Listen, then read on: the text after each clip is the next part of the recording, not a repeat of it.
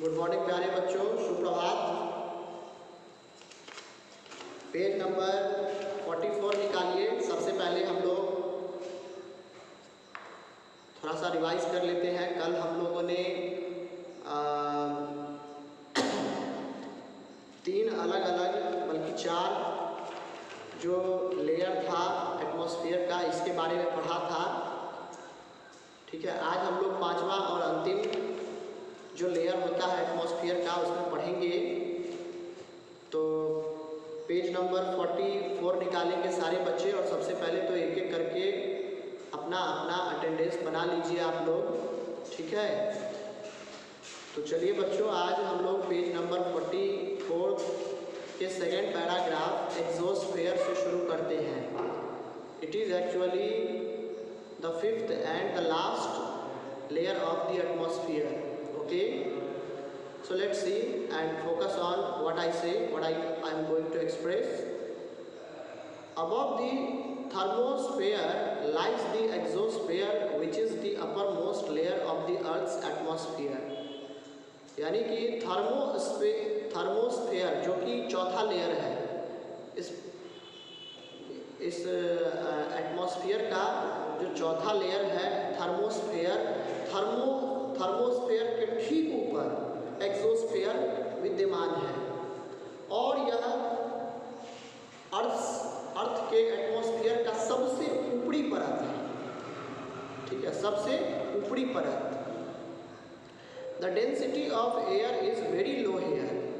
यहाँ जो हवा का घनत्व है वो बहुत कम है। Means you might face the breathing problem if you go up in the sky. ठीक है, आप जैसे जैसे आप आकाश में ऊपर की ओर बढ़ते जाएंगे, हो सकता है कि आपको ब्रीथिंग प्रॉब्लम हो। आप देखते होंगे, you might have heard the mountaineers submitting over on the mountain and they face breathing problem over there, so they possess a oxygen cylinder. Each and every mountaineer possess an oxygen cylinder on their back, that they could not face the difficulty in breathing, ताकि उनको सांस लेने में दिक्कतों का सामना नहीं करना पड़े। एस्ट्रोनॉट्स जो होते हैं उनको भी आपने देखा होगा पिक्चर्स में। ठीक है, उनके पीछे भी एक ऑक्सीजन सिलेंडर लगा हुआ होता है। Why? Because they face breathing problem over there. ऊपर जब जाते हैं तो वहाँ उनको सांस लेने में दिक्कतों का सामना करना पड़ता है, इसलिए वो एक मास्क टाइप का जो है लगाए हुए रहते हैं ताकि उन्हें उनकी सांस चलती रहे। तो वही यहाँ कहता है the density of air is very low here, यानी कि हवा का घनत्व जो है वो बहुत कम होता है वहाँ। Very light gases like hydrogen and helium are found in this layer. बहुत ही हल्के गैस जैसे कि हाइड्रोजन और हीलियम, ये दोनों गैस उस लेयर में पाए जाते हैं। The temperature increases with height and it sometimes reaches even 4500 degree Celsius. ठीक है, टेम्परेचर जो है हाइट के साथ जैसे जैसे आप ऊपर की ओर जाएंगे, as you go up and up and up into the sky the temperature increases. जैसे जैसे आप ऊपर जाएंगे टेम्परेचर बढ़ते चला जाता है, and it reaches up to 4500 degree Celsius, यानी कि 4500 डिग्री सेल्सियस। सोच लीजिए, 45 डिग्री यहाँ होता है अपने राज्य में, अपने देश में, तो सारा स्कूल कॉलेज बंद हो जाता है। Even people are advised not to go out in the sun between 12 to 4। ठीक है, 4-5 घंटे का जो पीक आवर होता है सूरज की धूप का, ठीक है, उसमें कहता है कि बाहर नहीं निकलने के लिए। तो वो सोच लीजिए 4500 ठीक है, 100 गुना। मीन्स कि अगर कोई चीज़ रहेगा तो तुरंत भस्म हो जाएगा, जल जाएगा, इतना तापमान रहता है। The exosphere merges gradually with the outer space. Exosphere जो है इस तरीके से आउटर स्पेस से मतलब मिल जाता है, उसके एक्सोस्फीयर के लेयर के ठीक ऊपर आउटर स्पेस का वो लेयर शुरू हो जाता है। Vista fact, the word exosphere has been derived from the Greek word exo meaning outer. Exosphere word की उत्पत्ति एक ग्रीक वर्ड से हुई है जिसका मीनिंग जिसमें एक्सो का मीनिंग है आउटर, ठीक है, यानी कि सबसे बाहरी परत।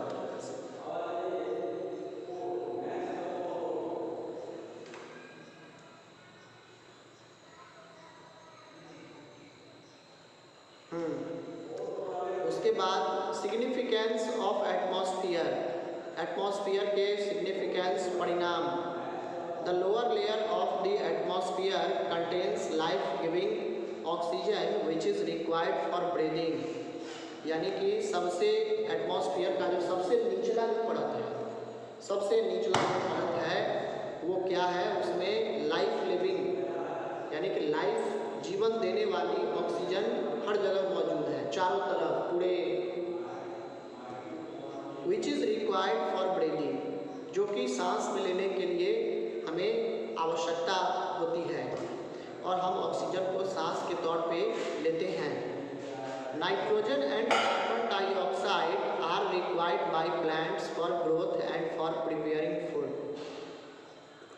यानी कि नाइट्रोजन, नाइट्रोजन मतलब जल, और कार्बन डाइऑक्साइड, ठीक है, व्हाट वी एक्सेल, जो भी हम व्हाटएवर वी एक्सेल, जो भी हम सांस के तौर पे जो बाहर निकालते हैं उसको कार्बन डाइऑक्साइड गैस कहते हैं। इन दोनों गैसेस का इस्तेमाल पेड़ पौधे जो है भोजन बनाने के लिए करते हैं और अपनी ग्रोथ के लिए भी करते हैं।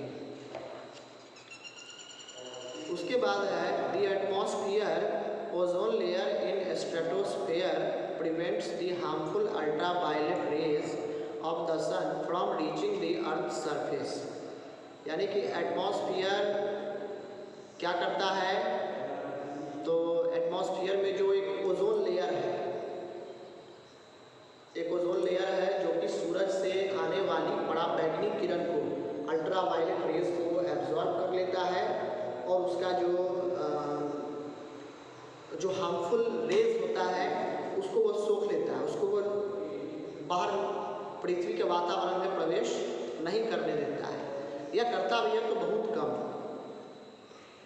ठीक है। अगर मान लीजिए ओजोन लेयर जो है ठीक अगर देखा जाए तो छन्नी, चाय छन्नी आपने देखा होगा चाय को छानने के लिए, ठीक है, तो वो चाय छन्नी क्या करता है, जो गंदगी, जो कह सकते हैं जो बेकार चीज़ होता है,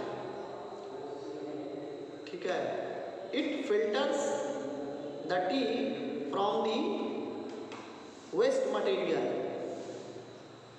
चाय पत्ती जो कि बेकार हो जाती है उससे चाय को जो है अलग कर देता है, ठीक है। Ozone layer is just like that, ozone layer filters the ultraviolet, the harmful ultraviolet rays coming out from the sun.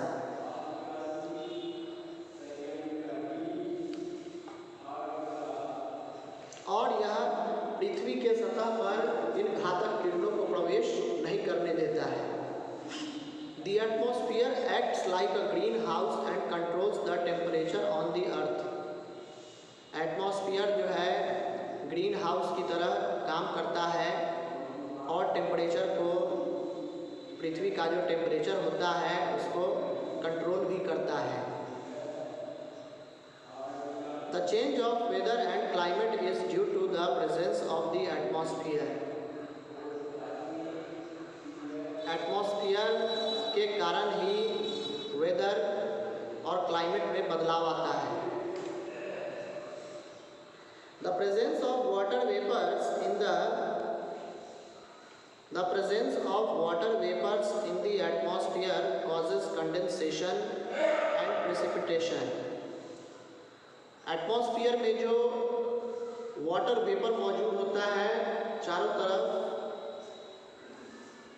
causes condensation and precipitation, इसी वजह से बारिश होती है और यहाँ तक कि ठंड भी इसी वजह से।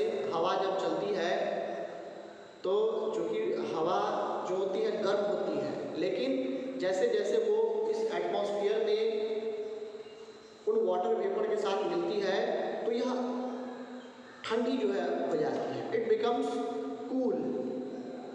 ठीक है, यानी कि यह इस एटमॉस्फेयर में जो वाटर वेपर मौजूद है उसके साथ जब वो बहती है तो एक ठंडी, एक कूलनेस का एहसास हमें होता है।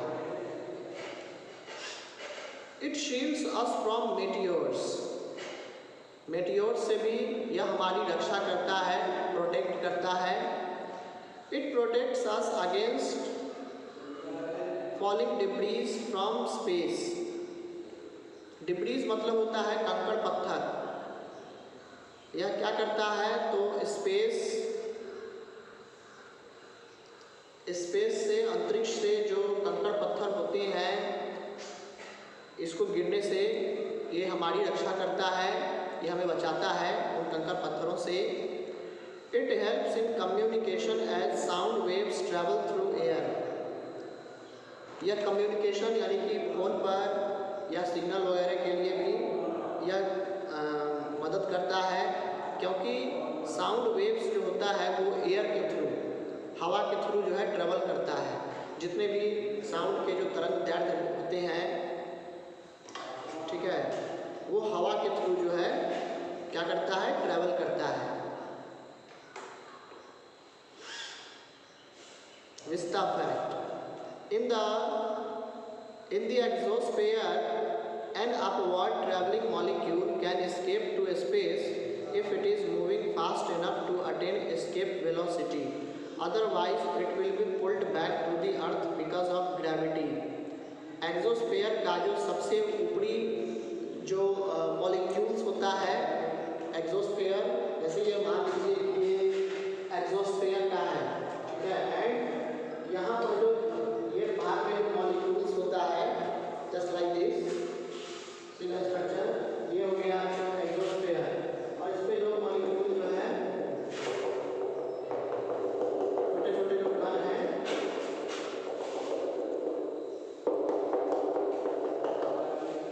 ठीक है, ये मॉलिक्यूल्स जो है ये क्या होता है,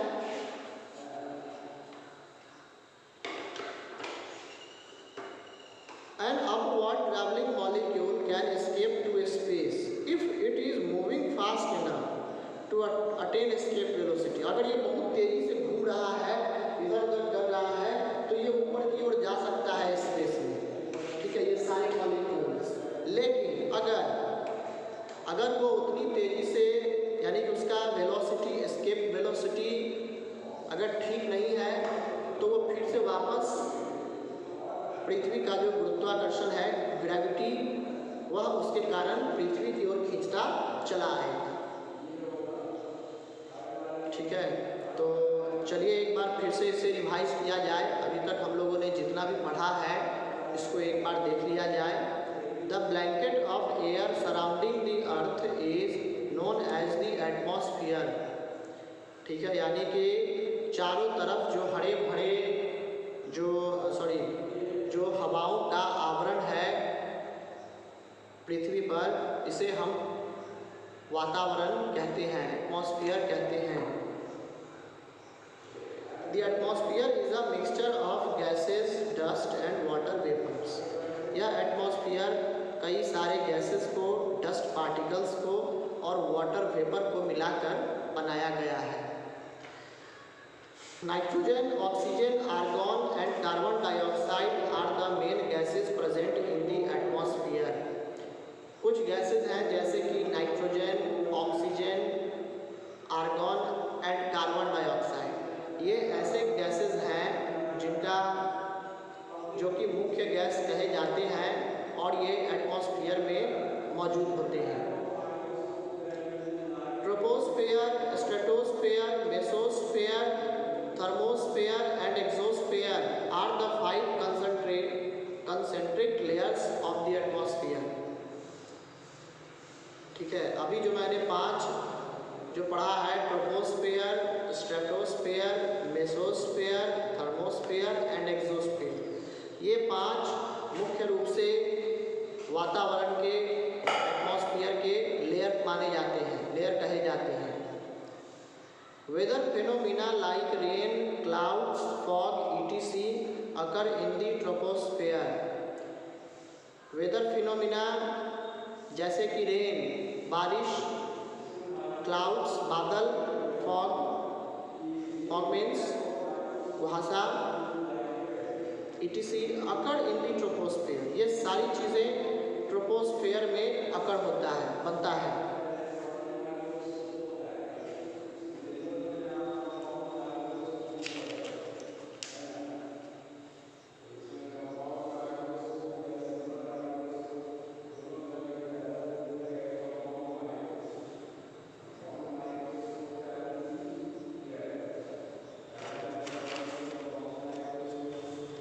उसके बाद है the ozone layer is found in the stratosphere, जबकि ओजोन लेयर जो होता है वो स्ट्रेटोस्फेयर में पाया जाता है। The mesosphere is the coldest layer that can burn the meteorites entering from space. Mesosphere सबसे ठंडा लेयर माना जाता है। It is the coldest layer that can burn the meteoroids entering from space, जो कि कोई भी अगर मेटेरॉइड्स, कोई भी अगर जलता हुआ चट्टान अगर गिर रहा है तो वो उसको टुकड़ों में वो उसको रोक सकता है और उसे जला सकता है। The thermosphere helps in radio transmission. Thermosphere जो है रेडियो ट्रांसमिशन में हमारी मदद करता है। जितने भी सिग्नल्स वगैरह जो लगाए जाते हैं, ठीक है, that is because of thermosphere. The exosphere is the upper most layer that gradually merges into outer space. Exosphere सबसे सारे परतों में सबसे ऊपरी लेयर इसे कहा जाता है, जो कि इसके जस्ट बाद आउटर स्पेस शुरू हो जाता है। तो बच्चों, ये चैप्टर आपका खत्म हुआ। आशा करता हूँ कि आप लोगों ने इस चैप्टर को पढ़ने के बाद समझ गए होंगे, ठीक है, आपको काफ़ी कुछ सीखने को मिला होगा। चलिए, तो अब हम लोग ऑब्जेक्टिव्स वगैरह शुरू करते हैं।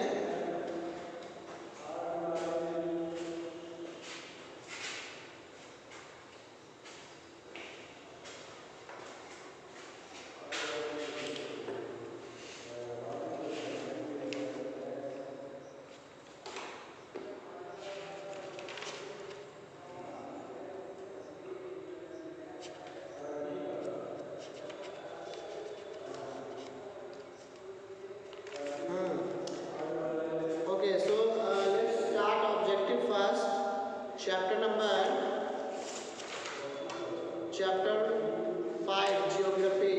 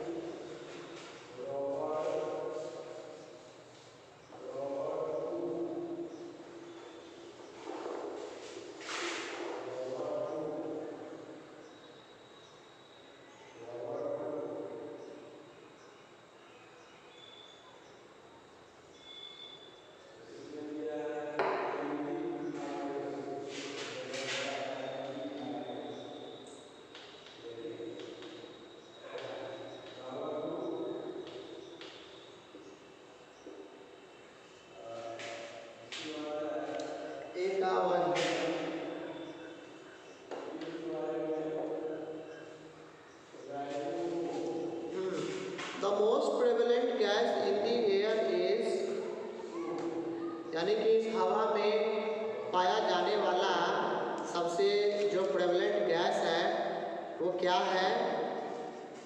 That is oxygen, argon, hydrogen और nitrogen. Tell me. It is nitrogen. सबसे ज़्यादा इस वातावरण में जो इस एयर में जो सबसे ज़्यादा जिस गैस की मात्रा होती है वो क्या है? नाइट्रोजन, जल। ठीक है, क्योंकि वाटर वेपर पूरे एटमॉस्फेयर में होता है, एग्जिस्ट करता है। So nitrogen is the right answer.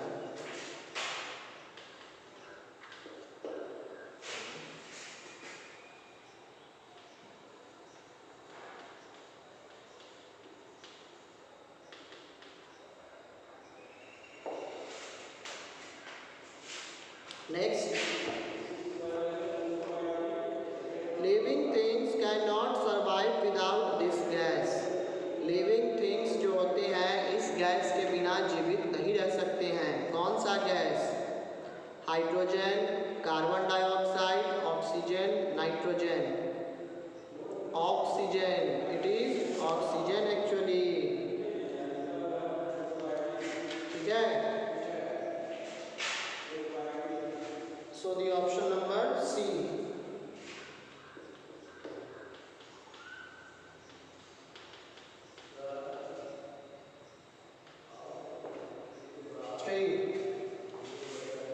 A classroom to grow plants is called a greenhouse.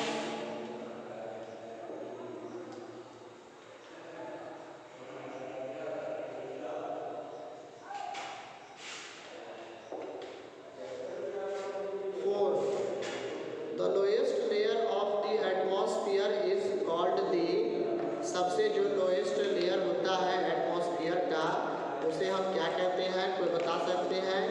It is a troposphere. It is a troposphere.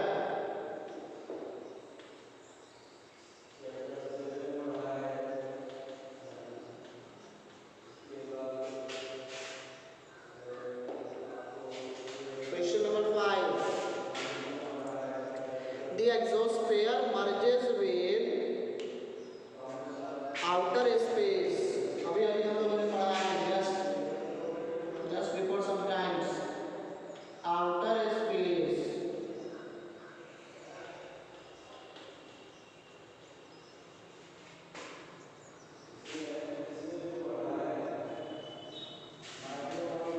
चलिए उसके बाद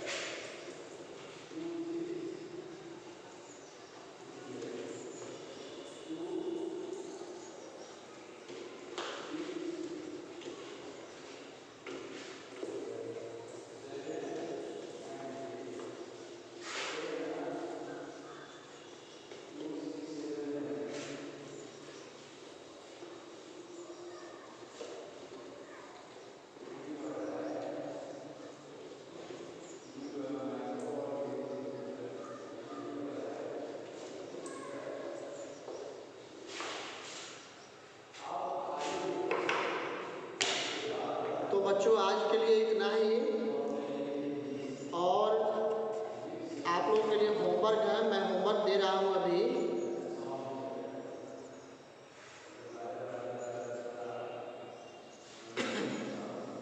हाँ, इसमें आप लोग क्या करेंगे, जितने भी जो ऑब्जेक्टिव्स हैं ये सब आप जो है बना करके बनाएंगे घर पर, और जो लॉन्ग आंसर क्वेश्चन है ये सारा चीज़ दिया गया है। ठीक है, इसको भी बना करके चैप्टर नंबर 4 का, यानी कि इसका जो है आप क्या करेंगे, चैप्टर नंबर 5 का फेयर भी कर लेंगे। आशा करता हूँ कि आप सभी फेयर भी करते जा रहे होंगे। ठीक है, तो आज के लिए इतना ही। नेक्स्ट डे हम लोग फिर से मिलेंगे। Till then, thanks for watching this video. God bless you and have a good day.